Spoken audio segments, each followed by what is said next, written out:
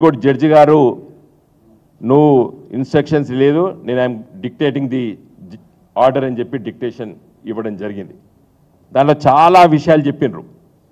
యాక్చువల్గా ఈ పిఎంఎల్ఏ యాక్ట్లో, ప్రివెన్షన్ ఆఫ్ మనీ లాండరింగ్ యాక్ట్లో సెక్షన్ 45 ఉన్నది. మహిళా సోదరిమణులకి, స్త్రీలకి సిఆర్పిసిలో ఉంది. కొన్ని నేరాలు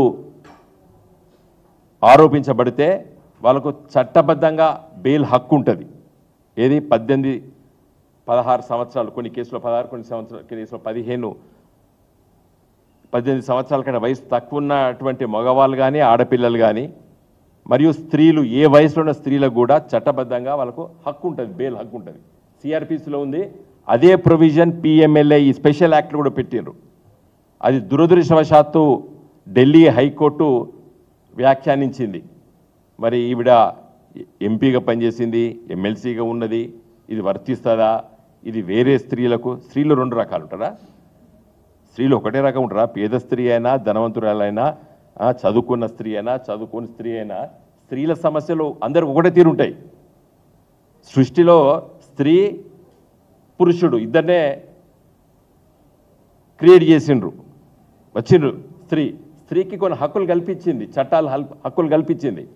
ఆ హైకోర్టు ఇచ్చిన తీర్పుని ఇలా తీవ్రంగా తప్పుపట్టింది సుప్రీంకోర్టు. నేను లైవ్లో చూసిన ఇలా సుప్రీంకోర్టు అవన్నీ కూడా చాలా తీవ్రంగా తప్పుపట్టింది. హైకోర్టు వ్యాఖ్యానాన్ని, కవిత గారి పైన చేసినటువంటి వ్యాఖ్యానం పైన. ఏదేమైనప్పటికీ కూడా ఈ విధంగా ఆలస్యమైనప్పటికీ కూడా ఇవాళ మరి కవిత గారికి బెయిల్ ఇవ్వడాన్ని మేమందరం కూడా సంతోషిస్తున్నాం. మళ్ళీ నిజంగా చాలా అనారోగ్యానికి గురైంది. నేను చూసినాను కలిసినప్పుడు. అతి త్వరలో ఇక్కడికి ఇంటికి వచ్చిన తర్వాత కొంత సమయం లోపల ఆరోగ్యాన్ని మరి కోలుకోవాలని చెప్పి కూడా మేము ఆశిస్తున్నాము. ఇదే సందర్భంలో ఈ విధంగా వాతావరణం దేశవ్యాప్తంగా ఉంటే ఈ బండి సంజయ్ ఆయన ఏంది, ఇప్పుడు హోంశాఖ సహాయ మంత్రి, గౌరవం ఇవ్వాలి మనం బండి సంజయ్ గారికి. ఒక మంత్రిగా ఉన్న హోదాలో ఉన్న వ్యక్తి ఏమంటాడు, కాంగ్రెస్ బీఆర్ఎస్ కుమ్మక్కైంది, కాంగ్రెస్ వకీళ్ళు ఆర్గ్యూ చేసిండ్రు, బెయిల్ ఇప్పించిండ్రు మాట్లాడాడు. ఆయనకు అనాలోచితమైన చేసిన వ్యాఖ్యానాన్ని తీవ్రంగా ఖండిస్తాను.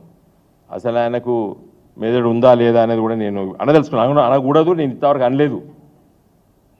ఆయనకు తెలుసా, ముకుల్ రోహిత్ అనేటువంటి సీనియర్ అడ్వకేట్. ఆయన ఒక న్యాయవాదులు సుప్రీంకోర్టులో పార్టీ అఫిలియేషన్స్ ఉండరు. వాళ్ళు ఎవరు ఎంగేజ్ చేస్తే వాళ్ళకు ఆర్గ్యూ చేస్తారు.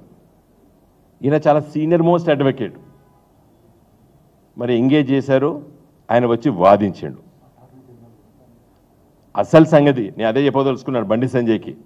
నీకు తెలుసా, ఈ ముకుల్ రోహిత్ మీ మోడీ గారికి 5 సంవత్సరాలు పార్లమెంట్లో, కేంద్ర ప్రభుత్వానికి సుప్రీంకోర్టులో అటార్నీ జనరల్గా పనిచేసాడు. ఎన్నేళ్ళు? 5 సంవత్సరాలు ఈ బీజేపీ ప్రభుత్వానికి సుప్రీంకోర్టులో ఒక రాజ్యాంగబద్ధమైనటువంటి పదవి. అది అటార్నీ జనరల్ అంటే అది కాన్స్టిట్యూషనల్ పోస్ట్. ఎవరిచ్చిండ్రు అది? నీ పార్టీ, నీ ప్రభుత్వం. అంటే నేను ముకుల్ రోహిత్ గారు మీ పార్టీ వ్యక్తిగా నేను భావించడం లేదు. Is a senior most advocate. నువ్వు ఏం మాట్లాడతావు? తెలుగుతో ఒక మాటలు. ఇలా తెలుగు ప్రజలు అందరూ కూడా సిగ్గుపడాలి. ఇలాంటి ఒక కేంద్ర మంత్రి, నీ అదృష్టం ఉన్నది అక్కడ దాకా ఎదిగినవు. ఆ హోదాను కాపాడు బండి సంజయ్. ముకుల్ రోహిత్ తెలుసా నీకు?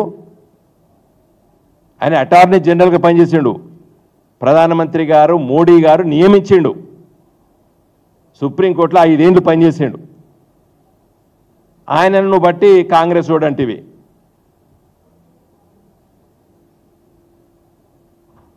అసలు నీ పార్టీ సంగతి ఏంది? ఇలా ఈ కేసు విషయం చెప్పదలుచుకున్నాం, రాజకీయాలు మాట్లాడదలుచుకున్నాం. ఎందుకు కవిత 5 నెలలు జైల్లో ఉండవలసి వచ్చింది? మేము గిట్ట గులాబీ జెండా గిట్ట ఈ కాంగ్రెస్లో కూడా చెప్పదలుచుకున్నా నేను, మేము గిట్ట కొంతవరకు సకంబైన అయ్యా బాంచను అని అంటే ఎప్పుడో బయటకు వచ్చు కవిత, కానీ గట్టిగా నిలబడ్డాం, తల వంచలేదు, గట్టిగా నిలబడ్డాం. కాబట్టి చట్ట ప్రకారంగానే కొట్లాడదాం, కేసుల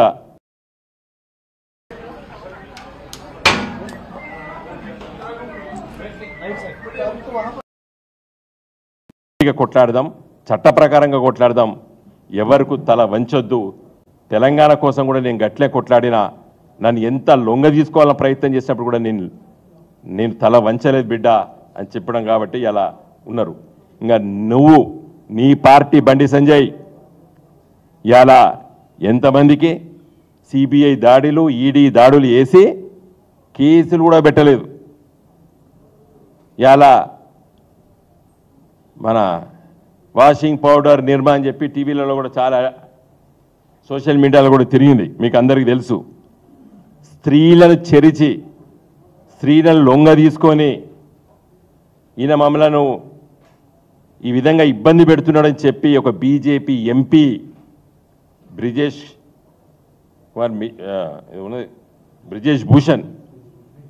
బ్రిజ్భూషణ్ అంటే ఒక కేసు కూడా పెట్టలేదు. మమ్మల్ని ఇబ్బంది పెట్టిండు, మమ్మల్ని అవమానపరిచిండు, అగౌరవపరిచిండు, మానసికంగా శారీరకంగా హింసించిండని చెప్పి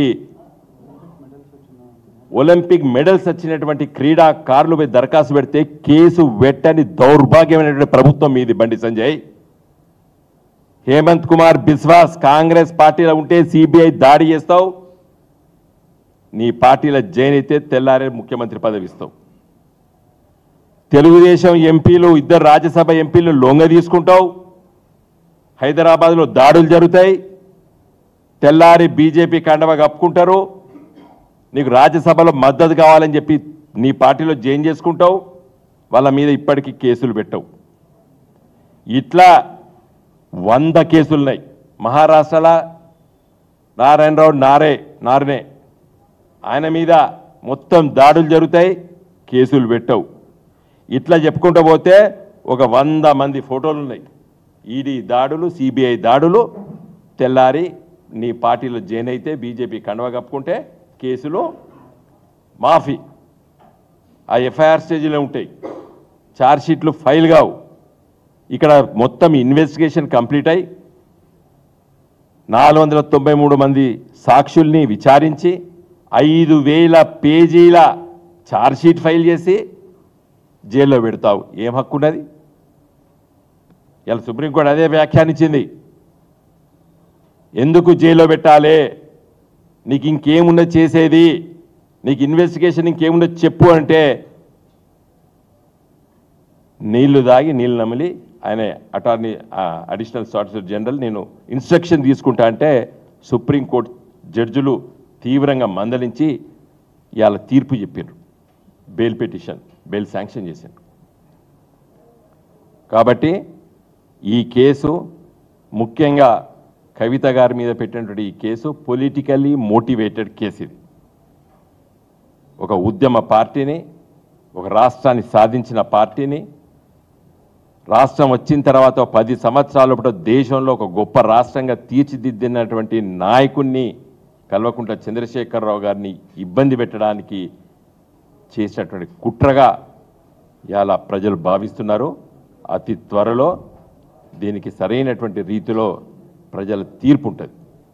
జై తెలంగాణ.